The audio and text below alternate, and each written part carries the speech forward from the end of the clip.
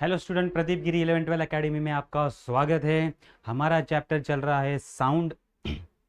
अगर आपको 1 to 1 भी हमसे पढ़ना है फिर भी हम ऐप पे अवेलेबल है। हमारा ऐप का नाम है प्रदीप गिरी कॉलेज एंड स्कूल। उस पर भी हम आपके साथ इंटरेक्ट करते हैं। 1 to 1 आप इंटरेक्ट कर सकते हैं, वहाँ भी हमारे कोर्सेज है, तो वो भी आप ज्वाइन कर सकते हैं। तो आते हैं हमारा नेक्स्ट टॉपिक के साथ, साउंड।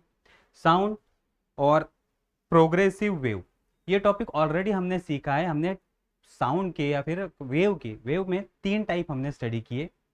अगर आपको याद आ रहा है वेव के 3 टाइप कौन से तो कमेंट आप कर सकते हो। वेव के 3 टाइप हमने ऑलरेडी पढ़ लिए। एक है मैकेनिकल वेव, दूसरा ईएम वेव, और थर्ड था हमारा मैटर वेव। और उसके बाद हमने कहा था कि जो वेव कंटिन्यूअसली ट्रैवल करता है उसे हम कहते हैं प्रोग्रेसिव वेव। उसे हम क्या कहते हैं?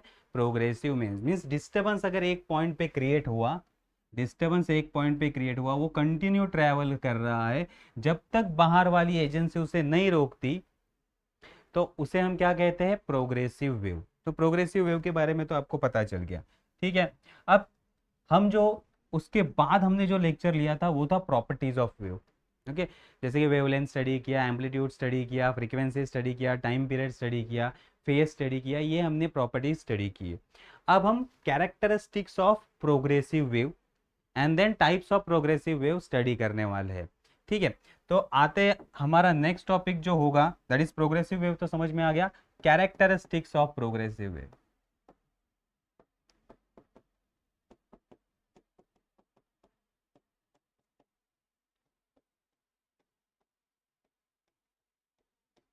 कैरेक्टरिस्टिक्स ऑफ प्रोग्रेसिव वेव, ठीक है। तो अब फर्स्ट जो कैरेक्टरिस्टिक्स है प्रोग्रेसिव वेव का,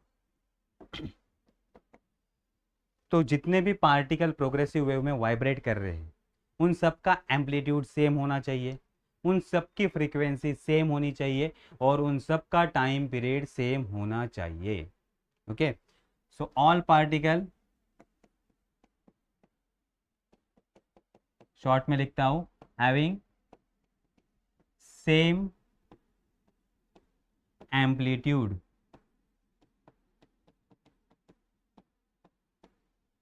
टाइम पीरियड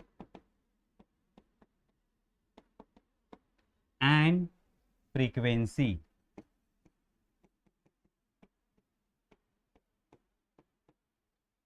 तो अगर एक पार्टिकल ऊपर जा रहा है इतने, दूसरा भी पार्टिकल उतने ही ऊपर जाएगा, वापस तीसरा पार्टिकल उतने ही ऊपर जाएंगे, मीन्स एम्पलीट्यूड सेम रहेगा। एम्पलीट्यूड सेम रहेगा।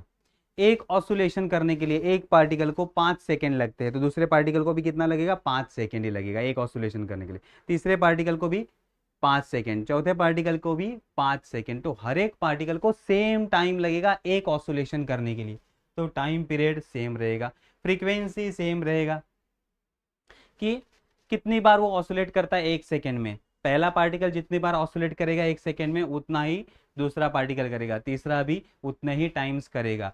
तो तीनों का एम्पलीट्यूड में सारे पार्टिकल का एम्पलीट्यूड सेम होना चाहिए, टाइम पीरियड सेम होना चाहिए एंड फ्रीक्वेंसी सेम होनी चाहिए। दूसरा बेसिक जो कैरेक्टरिस्टिक्स है इसका, phase that is state of oscillation change होना चाहिए। स्टेट ऑफ ऑसुलेशन, उसी को हम क्या कहते हैं? That is phase changes particle to particle.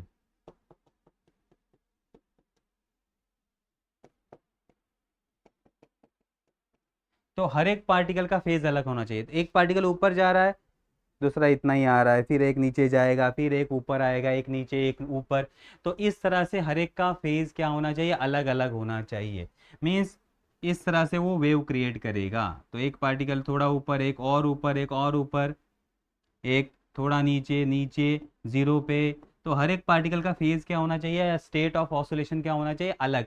सारे एक साथ ऑसोलेट नहीं करने चाहिए। हर एक का ऑसोलेशन क्या होना चाहिए? अलग अलग, या स्टेट ऑफ ऑसोलेशन क्या होना चाहिए? अलग अलग होना चाहिए। तो ये दो ही कैरेक्टरिस्टिक्स आपको बुक में दिया गया है सिंपली। तो आपको याद रखना है क्या है? 3 point: amplitude, time period, frequency and phase. तो amplitude, time period and frequency same, phase different for each particle और फॉर एवरी पार्टिकल, हर एक पार्टिकल के लिए फेस अलग अलग रहेगा और ये तीन प्रॉपर्टीज सेम रहेगी। ये समझ में आ गया प्रोग्रेसिव वेव। उसके बाद आते हैं प्रोग्रेसिव वेव के दो टाइप होते हैं, टाइप्स ऑफ प्रोग्रेसिव वेव।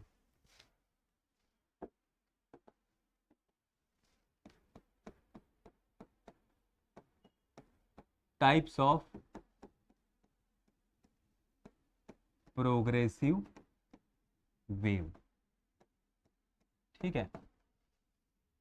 तो प्रोग्रेसिव वेव के हमारे पास दो टाइप है, एक को कहा जाता है ट्रांसवर्स वेव और second type is a longitudinal wave. एक फर्स्ट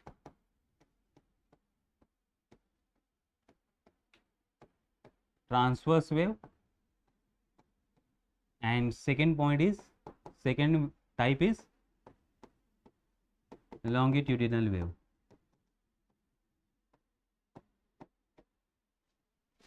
तो आज हम इसमें से एक टाइप का स्टडी करेंगे, दैट इज ट्रांसवर्स वेव। किसका स्टडी करेंगे? ट्रांसवर्स वेव का स्टडी करेंगे, या इसकी कैरेक्टरिस्टिक्स का हम स्टडी करेंगे। तो ट्रांसवर्स वेव, ठीक है, ट्रांसवर्स वेव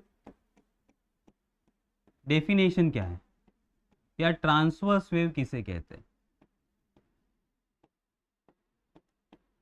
तो एक पहले ही थोड़ा सा ट्रिक दे देता हूं आपको। टी दिख रहा है, टी, टी को उल्टा कर दो, टी को क्या कर दो? उल्टा कर दो। तो ये क्या बन गया? परपेंडिकुलर 90 डिग्री, ठीक है। यहां लिख दो vibration of particle, vibration of particle, और यह है direction of propagation of wave. इसे हम क्या कहेंगे?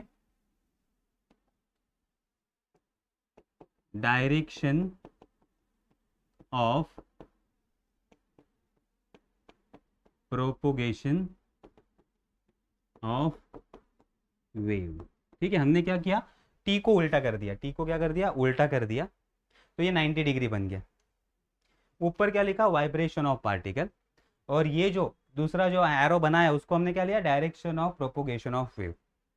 तो अब डेफिनेशन कैसे बनेगा? If vibration of particle of a medium is perpendicular to the direction of propagation of wave, then that wave is known as a transverse wave. Then that wave is known as a transverse wave. A wave in which a particle of a wave vibrate perpendicular to the direction of propagation of wave is known as a transverse wave. तो अब क्या हो रहा है? देखो, wave इस direction में जा रही है और पार्टिकल इस तरह से वाइब्रेट कर रहे हैं, पार्टिकल इस तरह से वाइब्रेट करते हैं, और पार्टिकल वाइब्रेट करते करते वेव आगे आगे बढ़ रहा है। वेव क्या कर रहा है? आगे आगे बढ़ रहा है। तो उस वेव को हम क्या कहेंगे? Transverse wave. मीन्स पार्टिकल ऐसे वाइब्रेट कर रहे, हर एक पार्टिकल, और वेव आगे आगे जा रहा है, वेव आगे आगे जा रहा है। तो अगर आपने पानी में स्टोन डाल दिया, वाटर के सरफेस पे जो वेव बनता है that is a transverse wave. Means पानी ऊपर नीचे होता है और वेव आगे आगे बढ़ता है, that is known as a transverse wave. तो ट्रांसवर्स वेव समझ में आ गया। याद रखने के लिए इजी कंसेप्ट है, a wave in which particle of wave vibrate perpendicular to direction of propagation of wave. तो जिस डायरेक्शन में वेव जा रहा है उसके परपेंडिकुलर डायरेक्शन में अगर पार्टिकल वाइब्रेट करते तो उसे क्या कहा जाता है? Transverse wave. Example, wave created on a water surface, wave created on a water surface. Simply definition समझ में आ गया, बुक में है, एज इट इज आप लिख सकते हो, नो इशू, ठीक है। लेकिन ये ट्रिक याद रखो, ये ट्रिक याद रखो, ठीक है। उसके बाद आते हैं हम characteristics of transverse wave.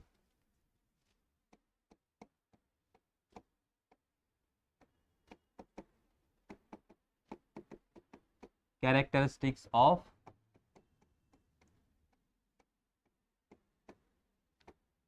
Transverse wave.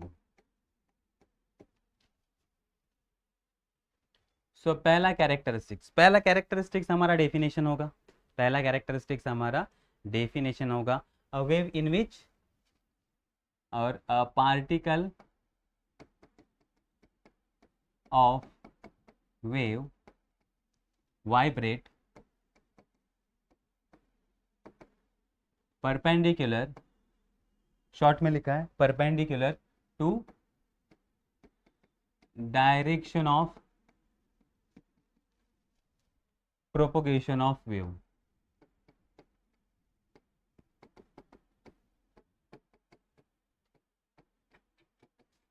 ठीक है, तो पार्टिकल का वाइब्रेशन और वेव का जाने का डायरेक्शन एक दूसरे को क्या रहेगा, परपेंडिकुलर रहेगा। तो इस तरह से वेव ये ट्रेवल करेगा।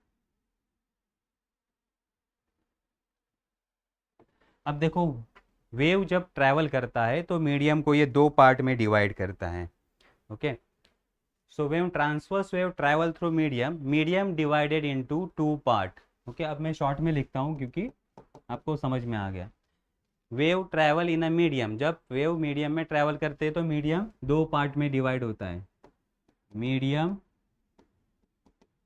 डिवाइड्स इन टू पार्ट्स।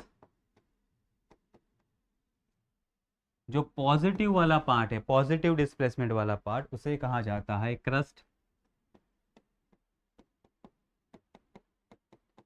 Positive displacement.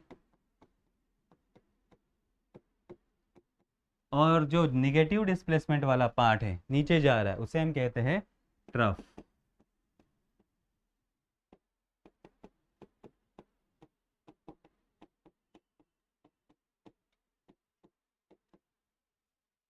तो जब भी मीडियम में वेव ट्रैवल करती है तो मीडियम को दो पार्ट में डिवाइड करती है, क्रस्ट एंड ट्रफ्स में। क्रस्ट एंड ट्रफ में पॉजिटिव डिस्प्लेसमेंट वाले पार्ट को हम क्रस्ट कहेंगे, निगेटिव डिस्प्लेसमेंट वाले पार्ट को हम क्या कहेंगे, ट्रफ कहेंगे। Then successive crest and trough form one vibration. Okay,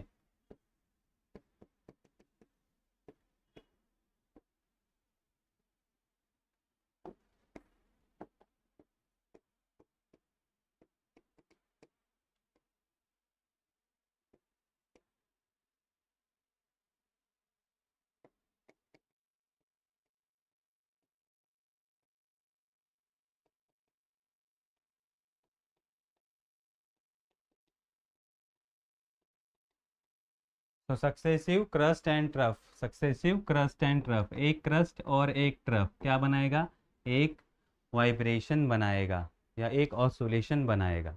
ये समझ में आ गया।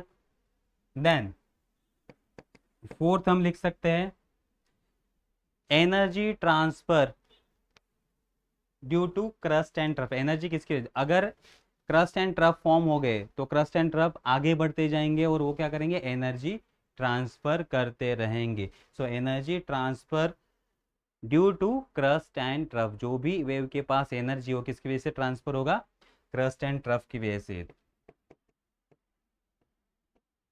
Energy transfer from one point to another point किसकी वजह से होगा, due to crust and trough. ये भी याद रखना है पॉइंट। तो ये क्रस्ट एंड ट्रफ के बेसिक पॉइंट्स है। ओके, अगर आप दो क्रस्ट के सक्सेसिव क्रस्ट के बीच में ऐसे पॉइंट सिलेक्ट करते हैं जो कि सेम स्टेट ऑफ वाइब्रेशन में है, तो इसका डिस्टेंस हम क्या कहेंगे, wavelength. The particle in a successive trough और crest which are in the same state of vibration. अगर दो पार्टिकल आप क्रस्ट में से, अल्टरनेटिव क्रस्ट में से ले लो या फिर अल्टरनेटिव ट्रफ में से ले लो, लेकिन सेम स्टेट में होनी चाहिए। अगर वो जीरो पे है तो जीरो वाले क्रस्ट वाले, अगर यही वाला ले लो तो ये वाला ले लो। तो ऐसे पार्टिकल चूज करो क्रस्ट के जो कि सेम स्टेट ऑफ वाइब्रेशन में। उन दो पार्टिकल के बीच का डिस्टेंस क्या होता है, वेवलेंथ। उन दो पार्टिकल के बीच का डिस्टेंस क्या होता है, वेवलेंथ। ये समझ में आ गया। देन ये हो गए तीन, हमारे चार पॉइंट, इसमें से कुछ भी पॉइंट आप याद रख सकते हो, बहुत ज़्यादा पॉइंट्स है इसमें। देन नेक्स्ट हमारा fifth point, fifth, wave travel through, wave travel through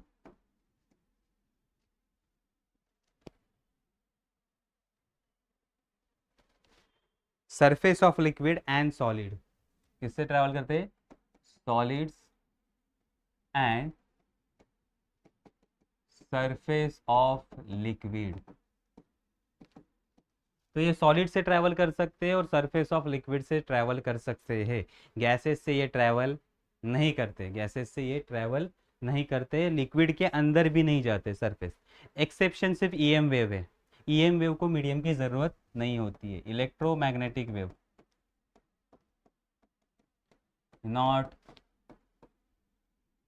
required medium. तो electromagnetic wave is a transverse wave, लेकिन वो एक्सेप्शन है, उसको मीडियम की ज़रूरत नहीं होती है, वो कहीं से भी जा सकता है, मीडियम हो या नहीं हो।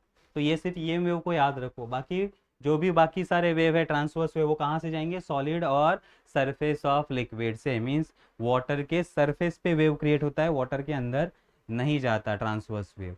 या फिर सॉलिड पे, आप गिटार पे वेव बना रहे हो, या सॉलिड से वेव ट्रैवल करता है। तो ये समझ में आ गया, wave travel through solid and surface of liquids and EM wave not required, medium की रिक्वायरमेंट नहीं होती। नेक्स्ट पॉइंट हमारा है 6 पॉइंट,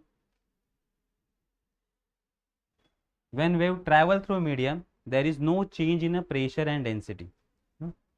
शॉर्ट में लिखता हूं, no change in pressure and density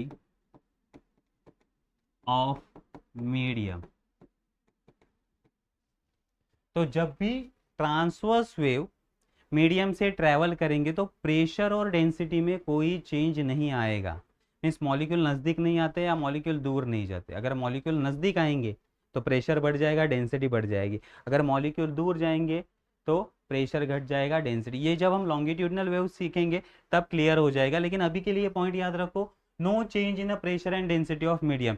medium की प्रेशर और डेंसिटी चेंज नहीं होती। तो मीडियम जब हम स्टोन डालते हो तो वाटर का शेप चेंज हो जाता है, या फिर मीडियम का शेप चेंज होता है। तो there is change in a shape, क्या होता है, change in a shape of medium. Next seventh property, transverse wave can be polarise. Okay, transverse wave